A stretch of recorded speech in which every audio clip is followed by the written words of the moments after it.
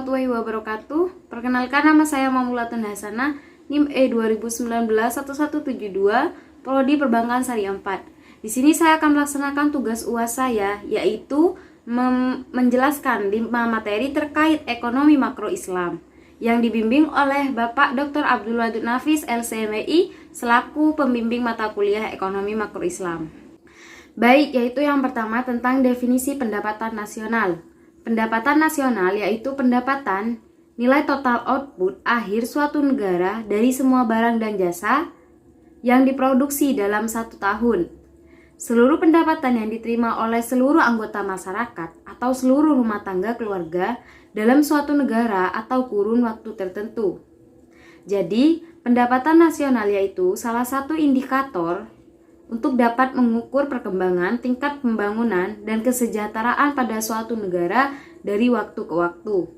Manfaat perhitungan metode pendapatan nasional: yang pertama, mengetahui tingkat kemakmuran suatu negara; yang kedua, mengevaluasi kinerja perekonomian dalam skala tertentu; yang ketiga, mengukur perubahan perekonomian dari waktu ke waktu; dan yang keempat, membandingkan kinerja ekonomi antar sektor; dan yang terakhir, sebagai indikator kualitas hidup suatu negara.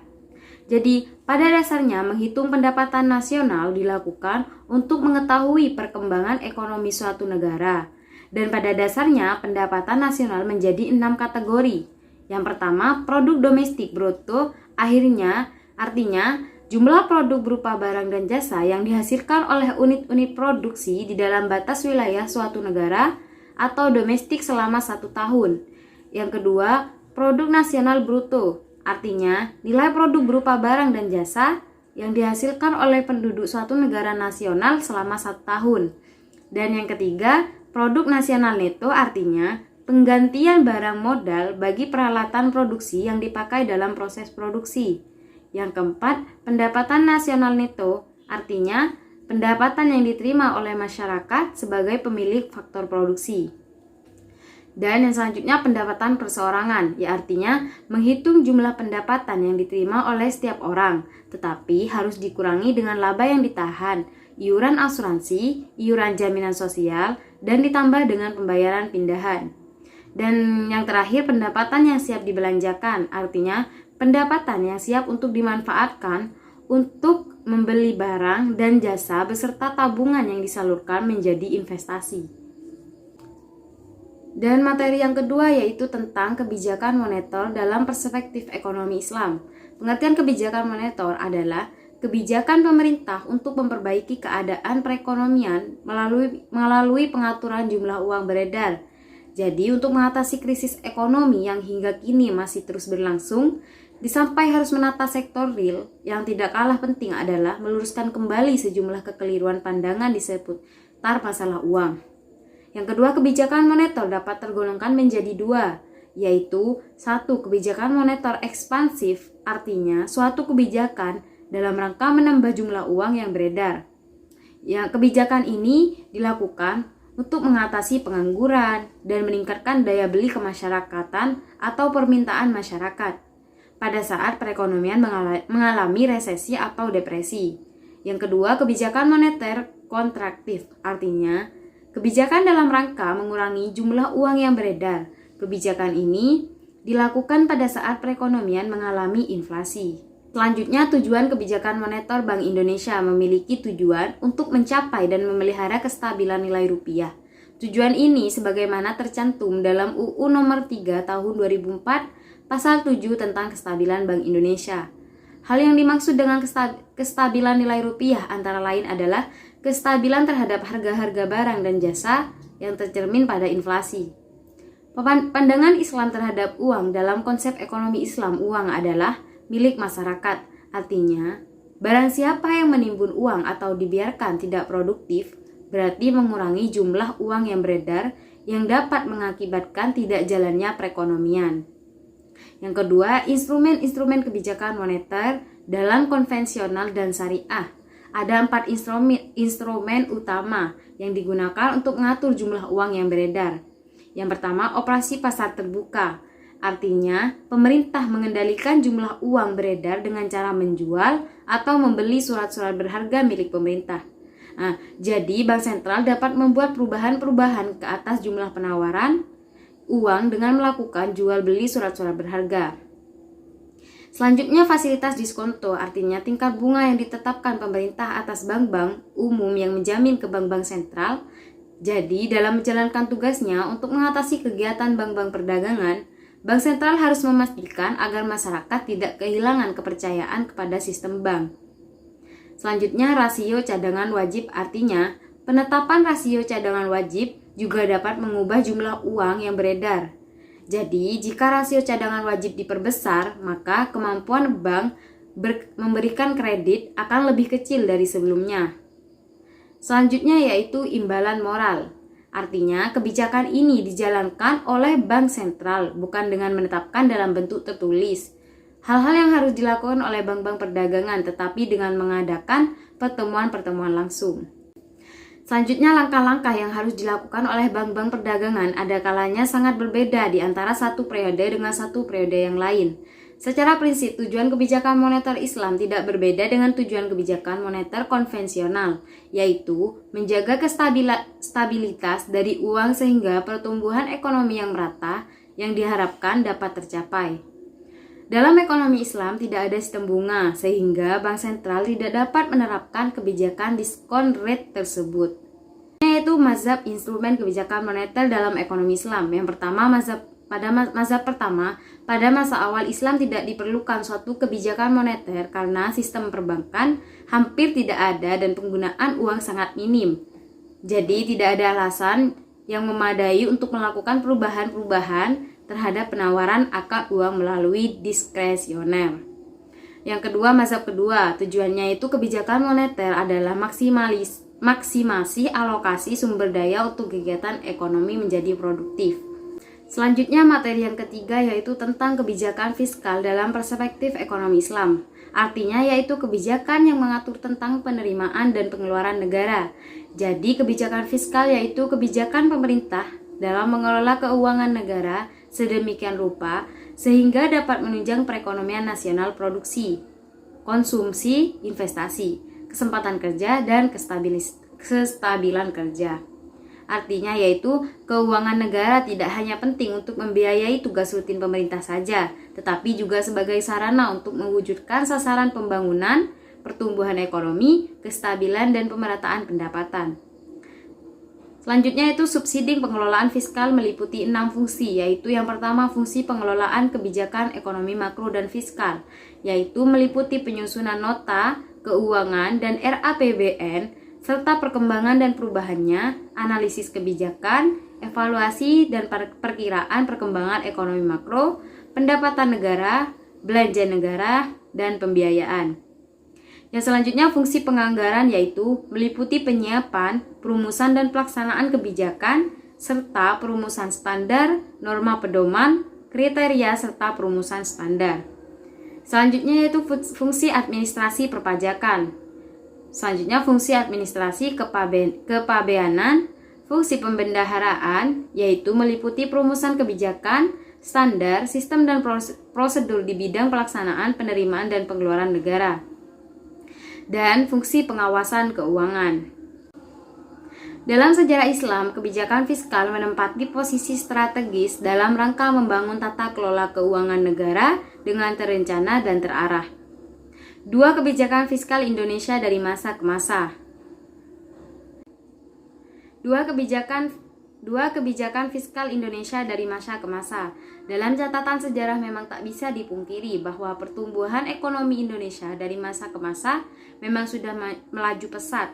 Namun jika ditelusuri dalam lembaran sejarah perekonomian Indonesia, terutama pada masa Orde Lama, pembangunan ekonomi Indonesia relatif statis. Selanjutnya yaitu instrumen kebijakan fiskal. Yang pertama melakukan bisnis, yang kedua pajak, yang ketiga meminjam uang.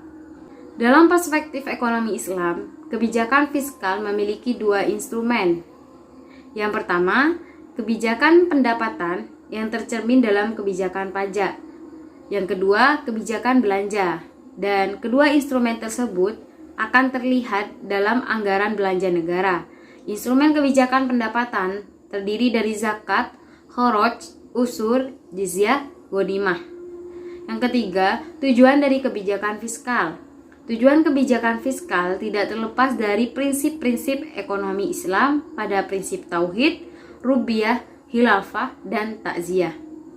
Jadi tujuannya adalah untuk menciptakan stabilitas ekonomi, tingkat pertumbuhan ekonomi yang tinggi, dan pemerataan pendapatan, ditambah dengan tujuan lain yang terkandung dalam aturan Islam, yaitu Islam menetapkan pada tempat yang tinggi akan terwujud persamaan dan demokrasi.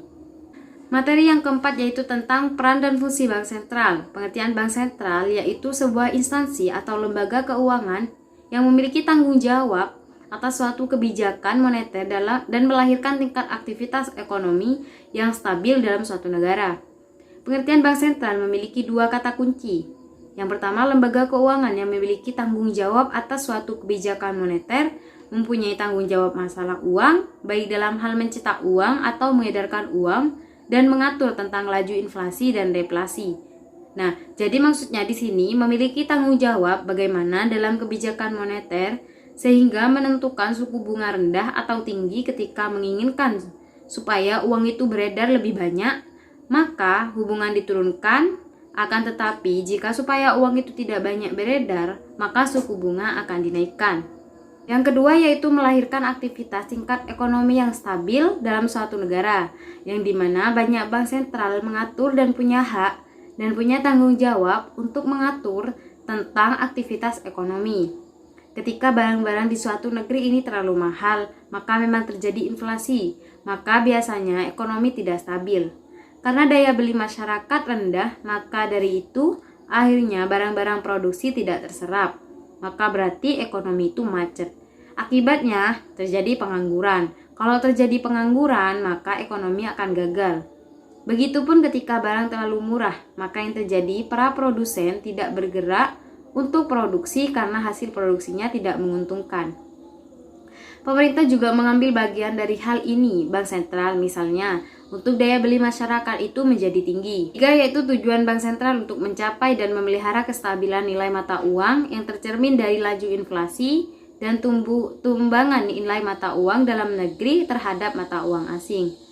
Yang keempat, tugas bank sentral berkaitan dengan pemerintah. Yang pertama, penyediaan kredit kepada pemerintah atau menyiapkan uang yang dibutuhkan oleh pemerintah. Kedua, menyiapkan uang-uang untuk bank-bank milik pemerintah seperti misalnya di Indonesia untuk Bank BRI, BNI, Mandiri, BCA, dan lain sebagainya. Yang ketiga, mengatur kas pemerintah, di mana bank sentral juga mengatur kas pemerintah berapa triliun yang harus diberikan kepada masyarakat, serta berapa triliun yang dibuat biaya operasional pemerintah. Nah, itu semua yang mengatur adalah bank sentral.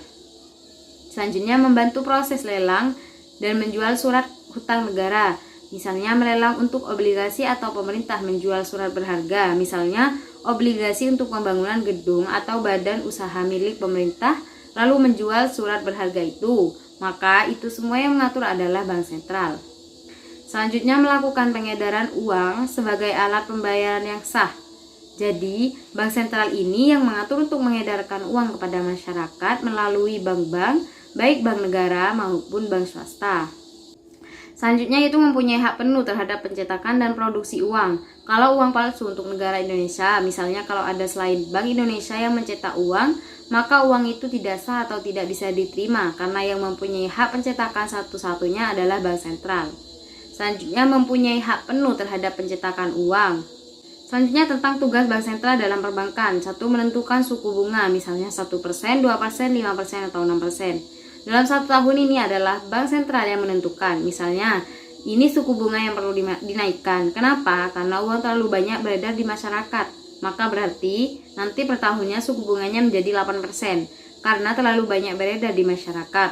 Maka suku bunga diturunkan per tahun hanya 3%. Supaya banyak orang yang meminjam uang dalam rangka meningkatkan dan menggerakkan sektor real. Sebagai banker, jadi semua bank-bank itu pimpinannya adalah bank sentral. Jadi seperti Bank BNI, BRI, Mandiri, Jatim itu di bawah bank sentral. Atau bank swasta yang terdiri dari Bank BCA, Mega, dan bank yang lain itu semua di bawah bank sentral. Selanjutnya melakukan pengembangan kredit yang sehat, artinya bagaimana uang tersalurkan ke masyarakat oleh bank-bank yang ada dan kemudian lancar dalam pengembalian. Selanjutnya materi yang terakhir yaitu tentang otoritas jasa keuangan. Artinya sebuah lembaga negara yang memiliki fungsi dan tugas dalam penyelenggaraan sistem pengaturan dan pengawasan terhadap industri jasa keuangan secara terintegrasi. Jadi, OJK ini memiliki tugas yaitu mengatur, mengawasi industri jasa keuangan, baik meliputi lembaga keuangan bank ataupun non-bank secara integrasi atau menyeluruh yang sesuai dengan Undang-Undang Nomor 12 Tahun 2011. Dan dalam pengawasan OJK diantaranya yaitu ada perbankan, ada pasar modal, ada asuransi, dan juga ada dana pensiun.